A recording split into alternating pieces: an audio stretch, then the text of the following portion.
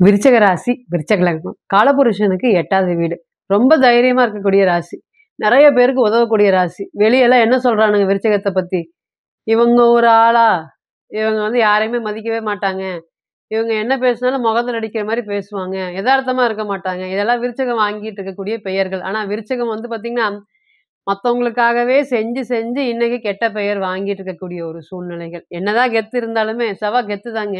செவ்வாவுடைய ராசி மேஷ அளவுக்கு விருச்சகம் இருக்கா அப்படின்னு கேட்டீங்கன்னா, இல்ல. மேஷம் கொஞ்சம் உஷாரா இருக்கும். செவ்வா அப்படிங்கிறது ரொம்பவே அங்க மூலத்திரிகோணம் பலம் பெறங்காட்டிக்கு உஷாரா இருக்கும். விருச்சகம் அப்படிங்கிறது எல்லா விஷயத்திலயும் ஏமாந்துருங்க. இந்த ஏமாறம், அன்பு, பாசத்துக்காக கட்டுப்படக்கூடிய விருச்சக ராசி. ஒரு விஷயம் சொன்னா உணர்ச்சி வசப்பட்டுருவாங்க. ஆனா பார்த்தீங்கன்னா, பேசும்போது பார்த்தீங்கன்னா, ரொம்ப ஸ்ட்ராங்கா பேசக்கூடிய நபர்களாக இருக்காங்க. இன்னைக்கு எந்த ஒரு விஷயம் எடுத்தாலுமே ராசிக்கு 4ல சனி, அதேபோல ராசிக்கு 7ல குரு. எந்த ஒரு விஷயம் எடுத்தாலுமே நடக்க மாட்டேங்குது, நடக்க மாட்டேங்குதுன்னு சொல்ற அளவுக்கு ஒரு மனவலி, மனவேதனைகள்.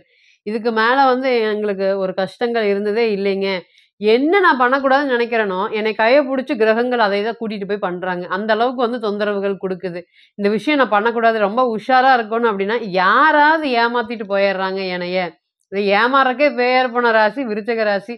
அது ஃபுல்லாவே அந்த அன்பு, அது பணம் அப்படிங்கிறதெல்லாம் 2வதுங்க. அந்த அன்ப காட்டி, பாசத்த காட்டி, கூட இருந்த நம்பிக்கை துரோகங்கள் தான் விருச்சகத்துக்கு அதிகமான பாதிப்பு. சனி ராசிக்கு செவ்வா நல்லது பண்ண மாட்டாரு. செவ்வாய் ராசிக்கு சனி நல்லது பண்ண மாட்டாரு அப்படின்னு நம்ம சொல்லிட்டே இருந்தாலுமே, இன்னைக்கு சிந்தனைகள், செயல் அனைத்துமே பார்த்தீங்கன்னா, நல்லா இருக்கா அப்படின்னு கேட்டீங்கன்னா, இல்ல. ஏறக்குறைய 3, 4 மாசம் ஆச்சு. விருச்சகத்த பொறுத்தவரை ஒரு இம்ப்ரூவ்மென்ட் அப்படின்னு சொல்ற வர அளவுக்கு. இன்னைக்கு நம்ம பேசிட்டு இருக்கும்போது கூட பாருங்க, செவ்வாய் ராசிக்கு அஷ்டமத்துல உட்கார்ந்துட்டு இருக்கு. இதுக்கு மேல ஒரு கலங்கக்கூடிய எண்ணமோ, சூழ்நிலைகளோ இல்ல. நெறைய இருக்கும்போது பார்த்தீங்கன்னா, சுத்தியும் எல்லாரும் உங்களுடைய பொருளாதாரத்த சாப்பிட்டே அழிச்சாங்கன்னு சொல்லலாம். அவங்களோட அவங்களோட சொந்தக்காரங்க, அவங்களோட சொந்தக்காரங்க அப்படின்னு ஒரு ஏராளமான கூட்டம் விருச்சிகத்த சுத்தி இருந்துட்டே இருக்கு. இன்னைக்கு எதுவுமே பைசா பிரயோஜனம் இல்லாதனால, அனாதையா தள்ளி விட்டுட்டாங்க. அந்த தள்ளி விட்டது கூட பிரச்சனை இல்ல. நெறைய விஷயங்கள் பார்த்தீங்கன்னா, ரொம்ப அவமானப்படுத்துறது, ரொம்ப பேசுறது, கொஞ்சம் இருக்கிற ஸ்டேஜ்லேருந்து கீழ இறங்குனதுனால, "இவன் முடிஞ்சு போயிட்டான். இவன் இனிமேல் வரமாட்டான்" அப்படின்னு யாருக்காக நீங்க நம்பிக்கையாக ஒரு ஒரு இப்போ நீங்க ஒரு தொழில் பண்ணிட்டு இருக்கீங்க. "இந்த தொழில் பண்ணு. இது நல்ல வருமானம் வருது. நீயும் பண்ணு" அப்படின்னு சொல்லியிருப்பீங்க. ஒரு இடம் வாங்கியிருப்பீங்க. நீங்க வாங்குறதுக்கு போவீங்க. உங்க கூட இருக்கிறவன் பாவம் ரொம்ப கஷ்டப்படுறான் அவனுக்குன்னு அங்கேயே கொஞ்சம் பணத்த போட்டு அவனுக்கு இடம் வாங்கி குடுத்துருப்பீங்க. நீங்க இந்த கொஞ்சம் இறங்குற ஸ்டேஜ்ல இருக்கிறதுலேருந்து இறங்குற ஸ்டேஜ் வரும்போது, "எனக்கு வேணாங்க உங்களோட இடம். என்னோட இடத்த பிரிச்சு குடுங்க."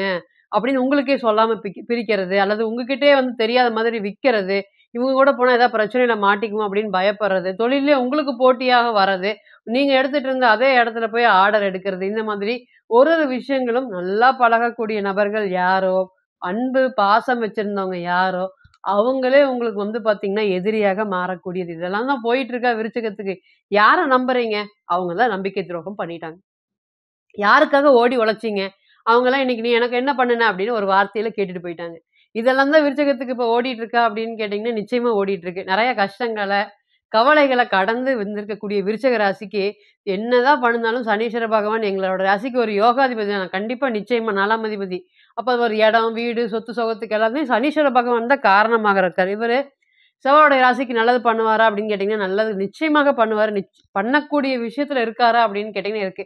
அப்ப ஏங்க நாங்க மறுபடியும் கஷ்டப்படுறோம்? ராசிநாதன் பலவீனமா இருக்காரு. குரு பார்த்தீங்கன்னா, ராசிய பார்க்குறாரு. எந்த ராசிய பார்க்குறாரு? உயிர் மட்டும் மிச்சம் இருக்கு.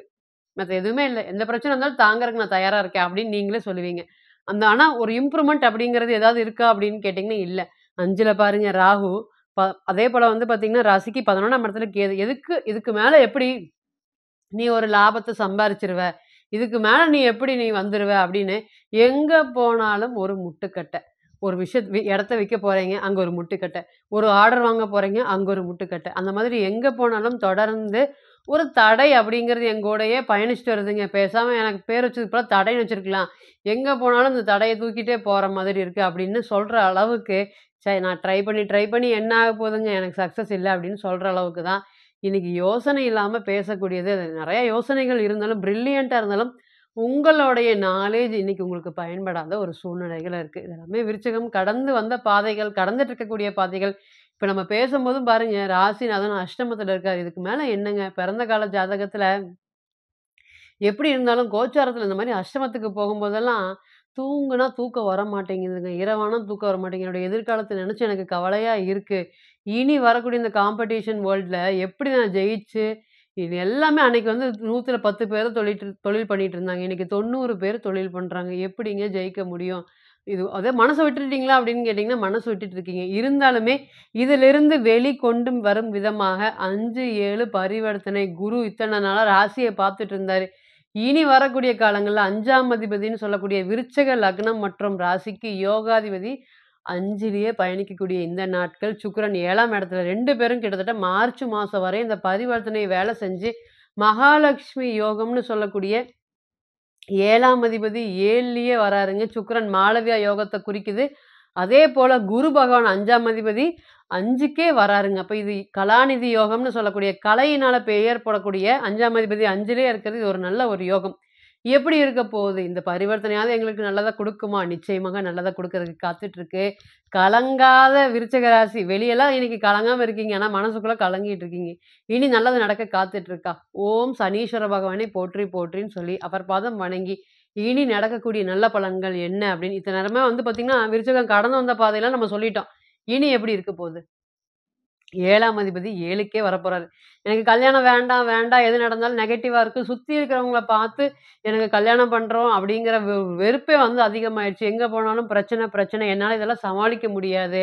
அப்படின்னு இத்தன நாளா மேரேஜ் அப்படிங்கிற ஒண்ண கொண்டு வராம பையனா இருக்கட்டும், பொண்ணா இருக்கட்டும் வேண்டான்னு தட்டி கழிச்சவங்க நபர்கள் அனைவருக்குமே, இனி வரக்கூடிய காலங்கள்ல உங்களுடைய பையனா இருக்கட்டும், பொண்ணா இருக்கட்டும் காம்ப்ரமைஸ் ஆயி, திருமணம் சம்மந்தப்பட்ட விஷயத்துக்கு ஒரு நல்ல ஒரு ஹோப் குடுப்பாங்க. அது மூலியமாக திருமண வாழ்க்கைகள் நல்லபடியாக நடக்கிறதுக்கு, சுப நிகழ்ச்சிகள் நடக்கிறதுக்கு, இது ஒரு நல்ல காலமாக இருக்கும். 2வது வேண்டாத கோயில் இல்ல, போகாத தெய்வம் இல்ல.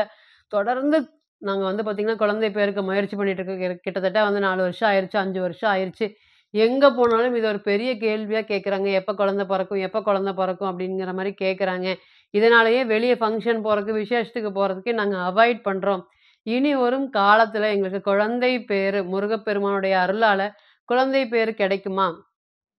ஒரு குழந்தை கூட இருந்துட்டா கூட எங்களுக்கு போதும் அப்படின்னு தினமும் குழந்தைய நினைச்சு தூங்காம இருக்கக்கூடிய அனைவருக்குமே இந்த கோச்சாரம் குழந்தை சம்பந்தப்பட்ட விஷயங்கள நல்லது நடக்கறதுக்கு காத்துட்டு இருக்கு. எப்பேற்பட்ட நெருக்கடிகள் இருந்தாலும் அந்த நெருக்கடியிலிருந்தெல்லாம் வெளியே வந்து நிம்மதி பெருமூச்சு விடக்கூடிய காலமாக இருக்கும். என்ன பிரச்சனையா இருக்கட்டும் அதை எல்லாத்தையுமே சரி செய்யறதுக்கு உங்களுக்கு முருகனுடைய அருள் இருக்கா அப்படின்னு கேட்டீங்கன்னா கண்டிப்பாக இருக்கு. அதே போல 5ஆம் அதிபதி 5க்கு வர்றது அரசாங்க சம்பந்தப்பட்ட வேலை நான் முயற்சி பண்ணிட்டு இருக்கேன்.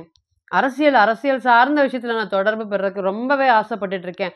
அத சார்ந்து நான் ஒரு வேலை வாய்ப்புகளுக்கு போகலான்ட்டு இருக்கேன். அல்லது ஒரு பேரும் புகழும் எடுக்கலான்ட்டு இருக்கேன். கிட்டத்தட்ட அரசாங்க வேலையில ஒரு 4, 5 வருஷமா எழுதிட்டு இருக்கேன். 1 மார்க், 2 மார்க் வித்தியாசத்துல எனக்கு போயிட்டே இருக்கு.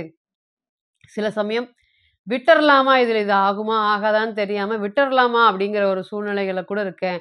இனி வரக்கூடிய காலங்கள் இது சார்ந்த விஷயத்துல அனைத்துமே ஒரு நல்லது நடக்கிறதுக்கு காத்துட்டு இருக்கா அப்படின்னு கேட்டீங்கன்னா, நிச்சயமாக காத்துட்டு இருக்கு. தூண்டி விட்டு சாதிக்கக்கூடிய ஒரு சூழ்நிலை வேகமாக, விவேகமாக செயல்படக்கூடிய சூழ்நிலைகள், கடன் பிரச்சனைகள் தாங்க விருச்சகத்துக்கு ரொம்ப தல விரிச்சு ஆடுது. ரூ. 1000 வாங்குற இடத்துல ரூ. 2000க்கு கடனுக்கு போகுதுங்க. என்னால பணத்த மிச்சமே பண்ண முடியல. எவ்வளோ பட்ஜெட் போட்டாலுமே, அந்த பட்ஜெட்ல கடைசியில ஏதாவது ஒரு பிரச்சனைகள் வருது அப்படின்னு சொல்லி வருத்தப்பட்டுட்டு இருந்த உங்களுக்கு, இனி வரக்கூடிய காலங்கள் சேமிப்புகள் பண்றதுக்குமே இருக்கக்கூடிய சேமிப்புகள் எல்லாமே சொத்தா மாறுவதற்கு உண்டான நல்ல காலம் பிறந்துருச்சா? இது தவிர்த்து வேற என்னங்க? 5ஆம் அதிபதி 5ல, 7ஆம் அதிபதி 7ல 2 பேரும் பார்த்தீங்கன்னா, ராசிய பார்க்குறாரு. குரு பகவான் 9ஆம் பார்வையாக பார்க்குறாரு. சுக்கிரன் 7ஆம் பார்வையாக பார்க்குறாரு. நான் இருக்கேங்க உங்களுக்கு அப்படின்னு மனைவி சார்ந்த விஷயத்துல அனைத்துமே நல்லது நடக்க காத்துட்டு இருக்கான். இழந்த தைரியத்த விருச்சகத்த யார் தைரியத்த குடுக்க முடியும்னு கேட்டீங்கன்னா, 7ஆம் அதிபதி தான். அப்ப கணவனா இருக்கட்டும், மனைவியா இருக்கட்டும், சீக்கிரம் எழுந்து நம்ம மீண்டு வெளிய வந்துருவோங்க அப்படின்னு ஒரு ஆறுதல் குடுத்தாவே ஜம்முன்னு ஜெயிச்சு வந்துருவாங்க விருச்சகம். இனி வரக்கூடிய காலங்களும் விருச்சகம் நல்லா ஜெயிக்கிறதுக்கு காத்துட்டு இருக்கா. புதிய வாய்ப்புகள் என்னென்ன விஷயத்துல இழந்தீங்களோ, அது எல்லாமே திரும்பி பெறுவீங்களா அப்படின்னு கேட்டீங்கன்னா, நிச்சயமாக பெறக்கூடிய கதவு உங்களுக்கு திறந்துருச்சா அப்படின்னு கேட்டீங்கன்னா, எஸ். கண்டிப்பாக நடக்கக்கூடிய காலமாக இருக்கும் அப்படிங்கிறதுல எந்த ஒரு மாற்றமும் இல்லை. இப்ப நீங்க கேட்டுட்டு இருந்த அனைத்துமே கோச்சார பலன்கள் தான். கோள்களுடைய சாரம் அனுதினமும் மாறும். இன்னைக்கு ஒரு கிரகம் ஒரு நட்சத்திரத்துல பயணிக்கும். நாளைக்கு அதே கிரகம் வேறு நட்சத்திரத்துல பயணிக்கும். அப்ப பிறந்த கால ஜாதகம் அப்படிங்கிறது 100%. கோச்சாரம் அப்படிங்கிறது 40லிருந்து 60% மட்டுமே பொருந்தும். நீங்க தனிப்பட்ட ஜாதகத்தை எடுத்து தசாபுத்தி நடப்பு அந்தரம் கணிக்கும்போது கிரகம் பெற்ற பலம், பலவீனம் அடிப்படையில பலன்கள் கூடவோ, குறையவோ செய்யும் அப்படிங்கிறதுல எந்த ஒரு மாற்றமும் இல்லைங்க. தனிப்பட்ட ஜாதகத்தை நீங்க ஆலோசனை பண்ண விருப்பப்பட்டா, கீழ இருக்கக்கூடிய நம்பருக்கு கான்டாக்ட் பண்ணுங்க. நான் வணங்கக்கூடிய நரசிம்மர் உங்க எல்லோருக்குமே நல்ல வளமான வாழ்க்கையை ஏற்படுத்தி தர நான் நிச்சயமா பிரார்த்தனை பண்ணிக்கிறேன். மீண்டும் ஒரு பதிவில் உங்களெல்லாம் சந்திக்கும் வரை உங்களிடமிருந்து விடை பெறுவது உங்கள் அஸ்ட்ரோ புவனேஸ்வரி. நன்றி, வணக்கம்.